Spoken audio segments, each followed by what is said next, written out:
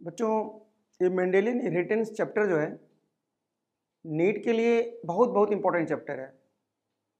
इस चैप्टर से नीट में 4 या 5 क्वेश्चन आते हैं, बहुत इंपॉर्टेंट है। और जो क्वेश्चन का तरीका होता है, एक तो ये पूछ देगा टर्मिनोलॉजी से, कुछ टर्मिनोलॉजी है जैसे test cross, out cross, back cross, gene, alleles, इन सब टर्म से, कोडोमिनेंस। सेकेंड क्वेश्चन का तरीका होगा टाइप ऑफ क्रॉस, जैसे कि monohybrid cross, dihybrid cross, trihybrid cross से रिलेटेड भी कुछ प्रॉब्लम आती हैं, बट ज़्यादा मोनोहाइब्रिड और डाई हाइब्रिड पर ही रहते हैं। उसमें आते हैं क्वेश्चन जैसे गैमेट कितने बने, उनका प्रोजेनी कितना बना, उनके फिनोटाइप के नंबर, उनके जीनोटाइप के नंबर, उनमें गैमेट के लिए क्या क्या फार्मूला पढ़ेंगे, ये सब हम बताएंगे आपको। सेकेंड क्वेश्चन का तरीका होगा कि जो मेंडल्स के डिसऑर्डर में, मेंडेलियन डिसऑर्डर, तो उसमें हीमोफीलिया क्या है, कलर ब्लाइंड क्या है, माने ऑटोसोमल पूछेगा और सेक्स लिंक पूछेगा। तो ऑटोसोमल में मस्कुलर डिस्ट्रॉफी और भी बहुत से हैं, और सेक्स लिंक रिलेटेड में हीमोफीलिया है, कलर ब्लाइंड है, ये सब पढ़ना है। उसके बाद आप जो सिंड्रोम पर तो पक्का एक क्वेश्चन आना है, और सिंड्रोम यहाँ 3 ही पढ़ना है main, Down syndrome, Klinefelter syndrome, Turner syndrome. वैसे तो बहुत है, क्राइडुचैट, इसके बाद cri du chat syndrome, Edward syndrome, Patau syndrome, तो बहुत सिंड्रोम, बट यहाँ आप 3 ही पढ़ना। उसके बाद सेक्स डिटर्मिनेशन पर भी एक क्वेश्चन का तरीका आता है, किस किस टाइप का सेक्स डिटर्मिनेशन है। इसके बाद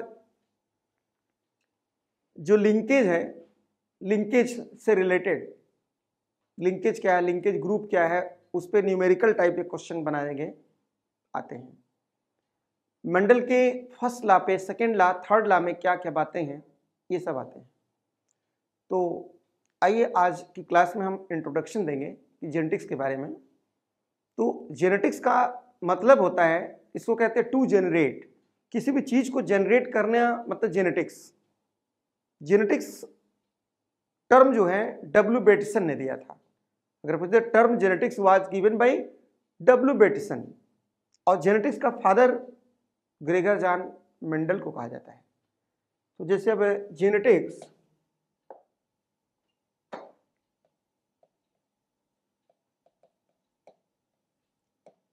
ये बायोलॉजी की वह ब्रांच जिसमें हम लोग स्टडी करते हैं इनहेरिटेंस कैरेक्टर का। इनहेरिटेंस मीन्स पेरेंटल कैरेक्टर को प्रोजेनी में पास करते हैं, जो भेजते हैं, उसी को हम लोग इनहेरिटेंस कहते हैं। यानी passing parental character to progeny, उसको इनहेरिटेंस बोलते हो। तो इनहेरिटेंस कैरेक्टर के स्टडी को जेनेटिक्स कहते हैं। तो study of inheritance character, study of inheritance character, उसको जेनेटिक्स कहते हैं। या ये भी कह सकते हैं कि हर जीवों में अपनी तरह के जीव बनाने की क्षमता होती है, उसको हेरिडिटी कहते हैं। और उस जीवों में जो वेरिएशन होता है, जो विभिन्नताएं आती हैं, जो डिफरेंस आता है, जैसे एक ही माँ बाप हैं, उनके 4 बच्चे हैं, तो चारों क्या एक तरह के हैं? नहीं, जरूर कुछ न कुछ उनमें अंतर है, जरूर कुछ न कुछ चेंजिंग है। तो कहने का मतलब कि हेरिडिटी और variation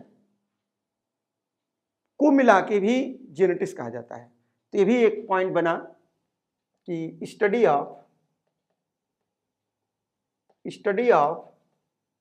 heredity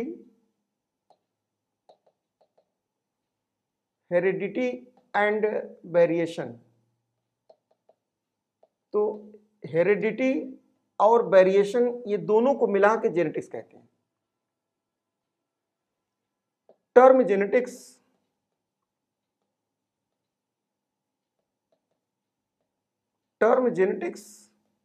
was given by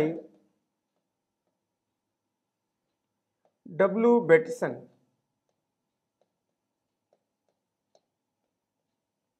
genetics शब्द का नाम कौन दिया? डब्ल्यू बेटिसन।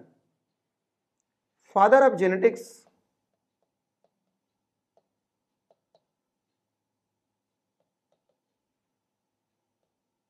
ग्रेगर जॉन मेंडल को बोलते हैं। जेनेटिक्स का फादर ये ग्रेगर जॉन मेंडल को बोलते हैं।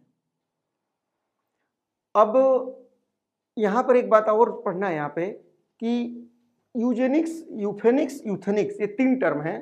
कभी कभी इन तीनों टर्म के बारे में क्वेश्चन आ जाता है। यूजेनिक्स क्या है, यूफेनिक्स क्या है, यूथेनिक्स क्या है। देखिए, अगर ह्यूमन रेसेस को जेनेटिक लॉ के अनुसार इंप्रूव किया जाए तो उसको यूजेनिक्स कहते हैं। अगर ह्यूमन रेसेस को जेनेटिक इंजीनियरिंग के द्वारा सुधारा जाए तो उसको यूफेनिक्स कहते हैं। और ह्यूमन रेस को बेटर कंडीशन लाइफ का, न्यूट्रिशन, अच्छे इन्वायरमेंट, अच्छी शिक्षा दीक्षा दे के सुधारा जाए तो उसको यूथेनिक्स कहते हैं। तो ये तीनों टर्म को देखिए, एक है Eugenix,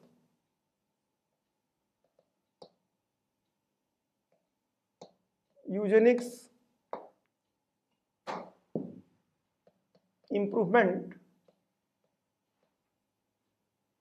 improvement of human races,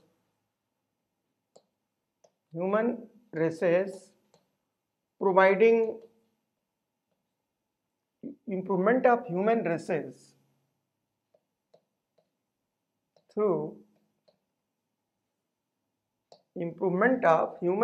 through genetic law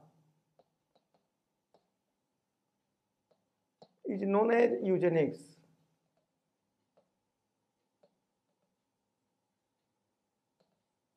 उसको हम लोग यूजेनिक्स कहते हैं। और इसका फादर बोलते हैं सर फ्रांसिस गाल्टन को। Father of Eugenix sir Francis Galton.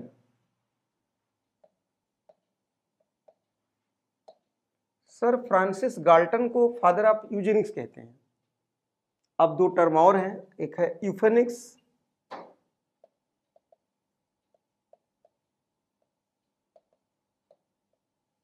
देखिए यूफेनिक्स। अब यूफेनिक्स का मतलब होता है improvement of human races through genetic engineering.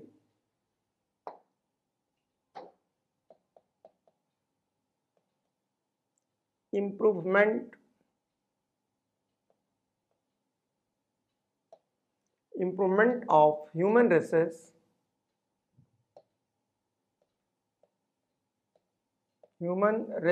through genetic engineering।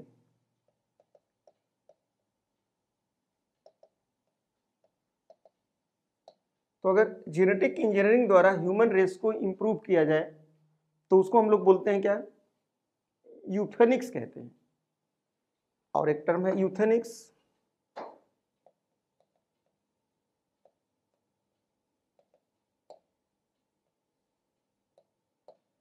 तो इसमें क्या होता है कि ह्यूमन रेसेस को सुधारा जाता है बेटर कंडीशन प्रोवाइड कर करके, न्यूट्रिशन दे करके, इन्वायरमेंटल कंडीशन दे करके। तो ये होगा improvement of human race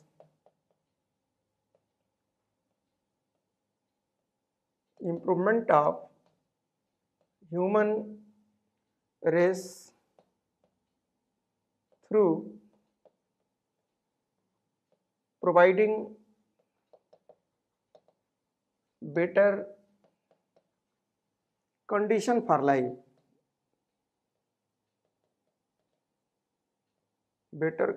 for life, चाहे उसको न्यूट्रिशन दिया जाए, चाहे शेल्टर दिया जाए, चाहे अच्छा इन्वायरमेंट दिया जाए, इन्वायरमेंट के द्वारा सुधारा जाए तो उसको हम लोग यूथेनिक्स कहते हैं।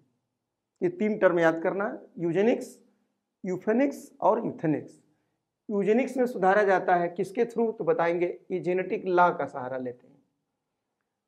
यूफेनिक्स में जेनेटिक इंजीनियरिंग का सहारा लेते हैं। और इसमें providing better condition for life के लिए न्यूट्रिशन वगैरह दे करके। अब जैसे टर्म आता है हेरिडिटी, तो हेरिडिटी क्या है? फिनोमेनन है जिसमें ऑर्गेनिज्म अपनी प्रोजनी प्रोड्यूस करते हैं। Phenomenon to produce progeny related, उसी फिनोमेनन को हम लोग क्या बोलते हैं? हेरिडिटी कहते हैं। और प्रोजनी में जो डिफरेंसेस आता है उसको हम लोग वेरिएशन कहते हैं। तो यहाँ पे अब टर्मिनोलॉजी में देखेंगे तो एक टर्म बता रहा है आपको जीन के बारे में। Gene, what is the gene? तो जीन का बात करेंगे तो बताएंगे जीन शब्द का नाम सबसे पहले जॉनसन ने दिया था, और जीन को बोलते हैं यूनिट ऑफ इनहेरिटेंस। डीएनए का एक छोटा टुकड़ा जो पेरेंट कैरेक्टर को प्रोजनी में ले जाए, उसी को जीन बोला जाता है। तो जीन जो है इसका term gene was given by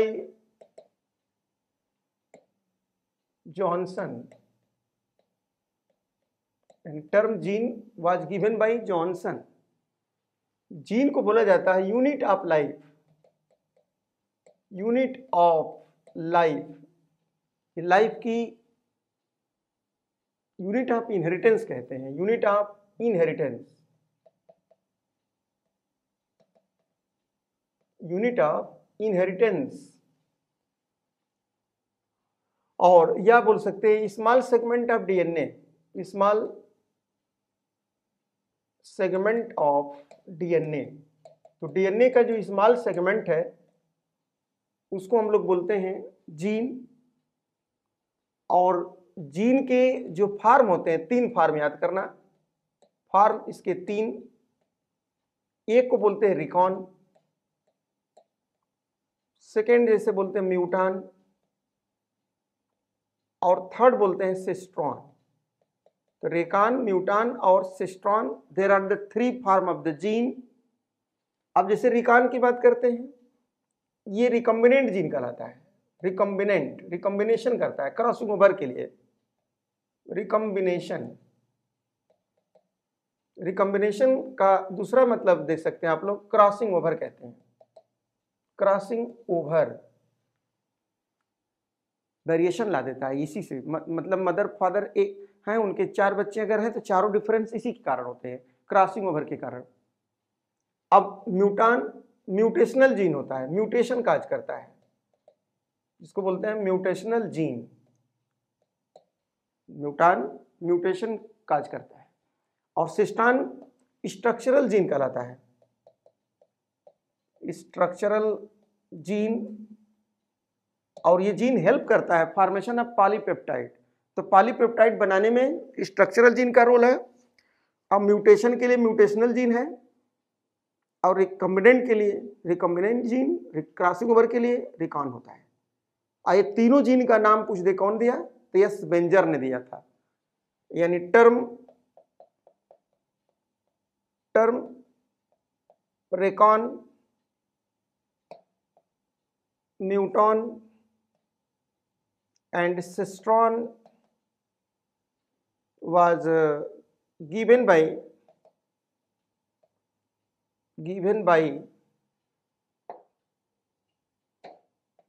S. Benzer. तो रिकॉन, म्यूटान, सिस्ट्रॉन शब्द का नाम कौन दिया? एस बेंजर ने दिया। आइए अब सेकेंड वर्ड हम लोग बात करते हैं एलील्स के बारे में। तो एलील क्या है? तो इसी जीन का जो अल्टरनेट फॉर्म होता है उसी को हम लोग एलील बोलते हैं। जैसे कोई जीन है टाल का, तो टाल में एक कैरेक्टर ऐसा होता है जो एक्सप्रेस करता है, एक ऐसा कैरेक्टर है जो एक्सप्रेस नहीं किया। तो मान लो जो अगर दोनों एक्सप्रेस किया तो डोमिनेंट और होमोजाइगस फॉर्म में होगा, कैपिटल टी, और एक कैपिटल टी स्मॉल टी है तो हेट्रोजाइगस फॉर्म में होता है। तो कहने का मतलब कि किसी भी जीन का अल्टरनेट फॉर्म, उसी को हम लोग कहते हैं क्या? एलील कहते हैं। तो इसका मतलब एक जीन के 2 एलील होते हैं, alternate form of the gene. अब एक टर्म आता है फैक्टर्स। तो जो फैक्टर शब्द का नाम था मेंडल साहब ने दिया। फैक्टर एक डिस्क्रीट यूनिट होता है जो किसी कैरेक्टर को कंट्रोल करता है। बाद में उसी फैक्टर को जीन का नाम दिया गया। डार्विन साहब ने स्पोर्ट कहा था, तो डार्विन ने एक स्पोर्ट टर्म दिया, मेंडल साहब ने फैक्टर नाम दिया और जॉनसन ने जीन शब्द का नाम दिया। तो फैक्टर क्या है? Discrete unit control character is called factor. Term factor was given by Mendel और term gene given by Johnson और term allele given by Bateson. Allele शब्द का नाम ये बेटिसन द्वारा दिया गया। तो यहाँ एलील्स जो है इसका टर्म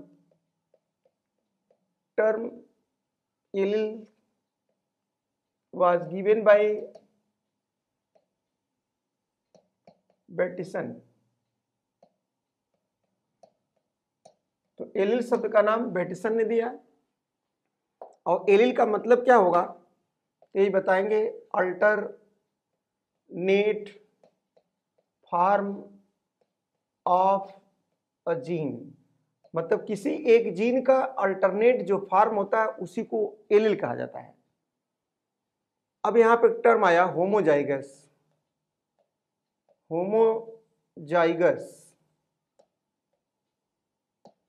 देखिए होमोजाइगस का मतलब होता है सेम एलील।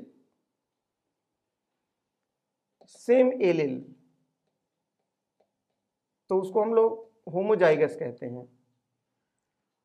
एक टर्म है हेट्रोजाइगस। तो हेट्रोजाइगस का मतलब होता है डिफरेंट एलील।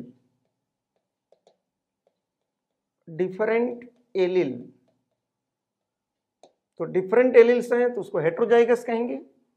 जैसे देखिए कैपिटल टी, स्मॉल टी, ये दोनों होमोजाइगस कहलाएंगे। और अगर कैपिटल टी और स्मॉल टी लिखा हेड मतलब एक टॉल के लिए और एक उसमें रिसेसिव भी छिपा हुआ है ड्वार्फ का, तो वो हेट्रोजाइगस कहलाता है। अब आता है एक फिनोटाइप कैरेक्टर और एक टर्म पढ़ना हम लोग को जीनोटाइप के बारे में पढ़ना है।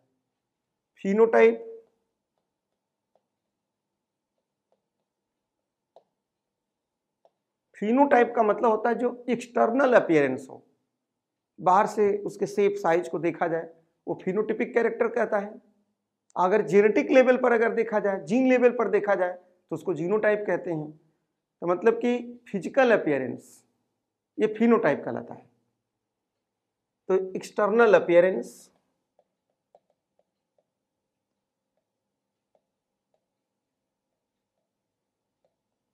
उसके लिए टर्म यूज करेंगे हम लोग फिनोटाइप।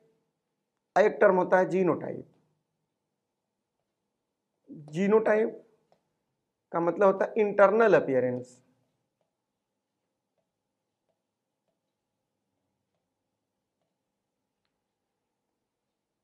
फिनोटाइप और ये जीनोटाइप। अब इसके बाद एक टर्म जैसे आता है क्लोन। तो क्लोन का मतलब किसी एक एसेक्सुअल रिप्रोडक्शन द्वारा किसी वन पेरेंट के द्वारा उसी की तरह का एग्जैक्ट कॉपी बनाना, ये क्लोन कहलाता है। क्लोन, तो क्लोन का मतलब होता है कि मोनोपेरेंटल होता है। मोनोपेरेंटल,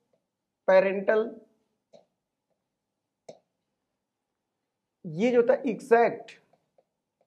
exact copy of parent. Parent का एकदम एग्जैक्ट कॉपी होता है, सिमिलर होता है, या कह सकते हैं कि similar in morphology and genetically, मतलब मॉर्फोलॉजिकली और जेनेटिकली ये सिमिलर होता है, पेरेंट की तरह का एकदम दिखता है। अब एक टर्म आता है रेमिट। तो रेमिट का मतलब ये होता है कि इंडिविजुअल ऑफ क्लोन, जैसे 10 बनाए उसमें से एक का नाम, सिंगल का नाम देते हैं रेमिट। मतलब individual of clone,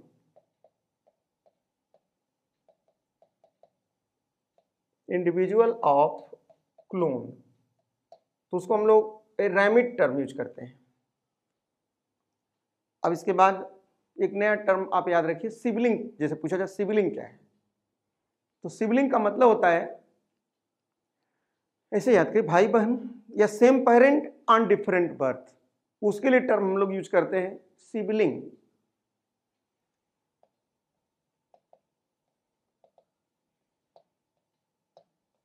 same parent on different birth, different birth, same parent on different birth, उसको सिबलिंग ये टर्म दिया गया। तो जब आप इस चैप्टर की शुरुआत ही पढ़िएगा तो आपको फर्स्ट लाइन में ही लिखा होगा कि मैंगो ट्री से मैंगो मिलता है। क्या रीजन है? तो भाई जिसका जो जीन जैसा होगा वैसा उसका प्रोजनी होगा। हाथी का बच्चा हाथी होगा। अब आप दशहरी आम लगाएंगे और सोचें लंगड़ा आम मिल जाए तो कैसे मिलेगा? भाई दशहरी आम से दशहरी मिलेगा, क्योंकि उसकी वही जीन है, वही प्रजाति है। अब लगाएंगे आप बबूल और सोचें आम खाएं, तो भाई कांटा लगाएंगे तो कांटा ही पाएंगे, आम लगाएंगे आम पाएंगे। तो ये डिपेंड करता है किसके ऊपर? जीन के ऊपर। फिर इसके बाद आप पढ़ेंगे तो ये आई बात कि all living organism have tendency to produce like themselves, it is related with phenomenon is known as, तो उसको कहते हैं हेरिडिटी कहते हैं। इसके बाद फिर बात करिएगा तो जो प्रोजनी में डिफरेंसेज आता है, डिफरेंस इन प्रोजनी, उसी को हम लोग कहते हैं वेरिएशन आता है। तो हेरिडिटी और वेरिएशन दोनों के स्टडी को, दोनों को मिला करके जेनेटिक्स कहते हैं। मतलब genetics is the branch of science in which study of the heredity and variation। Mendel साहब को 7 साल बाद, मैंने 7 साल तक स्टडी किए थे किसके ऊपर? जेनेटिक्स पर, मेंडल्स लॉ जेनेटिक्स पर, पाइजम सेटाइवम के बारे में। 56 से लेकर के 63 तक 7 साल तक स्टडी किए पाइजम सेटाइवम के ऊपर। और ह्यूमन को ये पता चला variation hidden in sexual reproduction, तो ये करीब 1000 BC पहले, मतलब 8000 BC से लेके 1000 BC ये variation hidden in sexual reproduction. अब आता आर्टिफिशियल हाइब्रिडाइजेशन और डोमेस्टिकेशन द्वारा ये प्रोड्यूस की गई, माने आर्टिफिशियल हाइब्रिडाइजेशन और डोमेस्टिकेशन द्वारा प्रोड्यूस की गई साहिवाल। तो साहिवाल ये पंजाब की काऊ है जो सबसे ज्यादा दूध देती है, माने सबसे ज्यादा दूध देने वाली गाय का नाम साहिवाल है, पंजाब की है। और वो कैसे है? तो आर्टिफिशियल हाइब्रिडाइजेशन एंड डोमेस्टिकेशन द्वारा ये बनाई जाती है।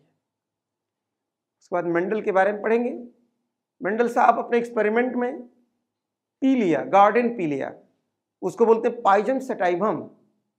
पाइजम सेटाइवम ये डाइकाट प्लांट होता है, उसके अंदर क्रोमोजोम 14 क्रोमोजोम होता है। और गार्डन पी के रेड, मतलब व्हाइट और येलो, येलो और व्हाइट फ्लावर के बीच में क्रॉस कराए और उन्होंने एक्सपेरिमेंट द्वारा देखा और उसी के आधार पर उन्होंने मेंडल्स लॉ दिया गया। तो मेंडल के मोनोहाइब्रिड के ये 2 रूल होते हैं, एक लॉ ऑफ डोमिनेंस और एक लॉ ऑफ सेग्रीगेशन। मतलब 2 law based on monohybrid cross, law of dominance और लॉ ऑफ सेग्रीगेशन। और सेकेंड जो लॉ है, माने थर्ड लॉ, वो डाई हाइब्रिड क्रॉस पर है। तो लॉ ऑफ इंडिपेंडेंट असॉर्टमेंट दिया गया। तो मेंडल अपने एक्सपेरिमेंट में पाइजम सेटाइवम के कितने कैरेक्टर लिए? 7 कैरेक्टर। और अब एक टर्म आता है कैरेक्टर और एक टर्म आता है ट्रेट। तो देखिए, कैरेक्टर को हम लोग बोलते हैं कॉमन, और ट्रेट का मतलब होता है जो कंट्रास्ट हो। जैसे आप लेते हैं कलर, कलर क्या है? कैरेक्टर है, और उसमें भी रेड और येलो व्हाइट और येलो, या टाल कैरेक्टर है, मैंने जिसे हाइट कैरेक्टर है और टाल और ड्वार्फ ट्रेट है। तो ये मेंडल ने अपने एक्सपेरिमेंट में पाइजम सटाइवम के 7 कैरेक्टर लिए और ट्रेट कितने बने? 14 ट्रेट हो गए। अब 14 ट्रेट में ये नीट पिछले साल एक क्वेश्चन आया था कि मेंडल के 14 ट्रेट में ऐसा कौन है जो सिंगल कैरेक्टर है? तो केवल वो हाइट के लिए था, टाल और ड्वार्फ, और नहीं तो सभी पेयर्ड थे। पार्ट के कैरेक्टर, फ्लावर का कैरेक्टर, सीड का कैरेक्टर, हाइट का कैरेक्टर, सभी कैरेक्टर पेयर्ड में हैं, बट केवल हाइट जो है एक टाल और एक ड्वार्फ यही केवल था, बाकी सब पेयर्ड में थे। तो ये क्वेश्चन आया हुआ है, इंपॉर्टेंट क्वेश्चन है। तो इस तरह से आप लोग ये देखें। नेक्स्ट क्लास जब हम लेंगे तो इसको अच्छा से आप लोग को डिटेल ये पढ़ा जाएगा। आज एक क्लास में इंट्रोडक्टरी रहा क्लास। थैंक्स।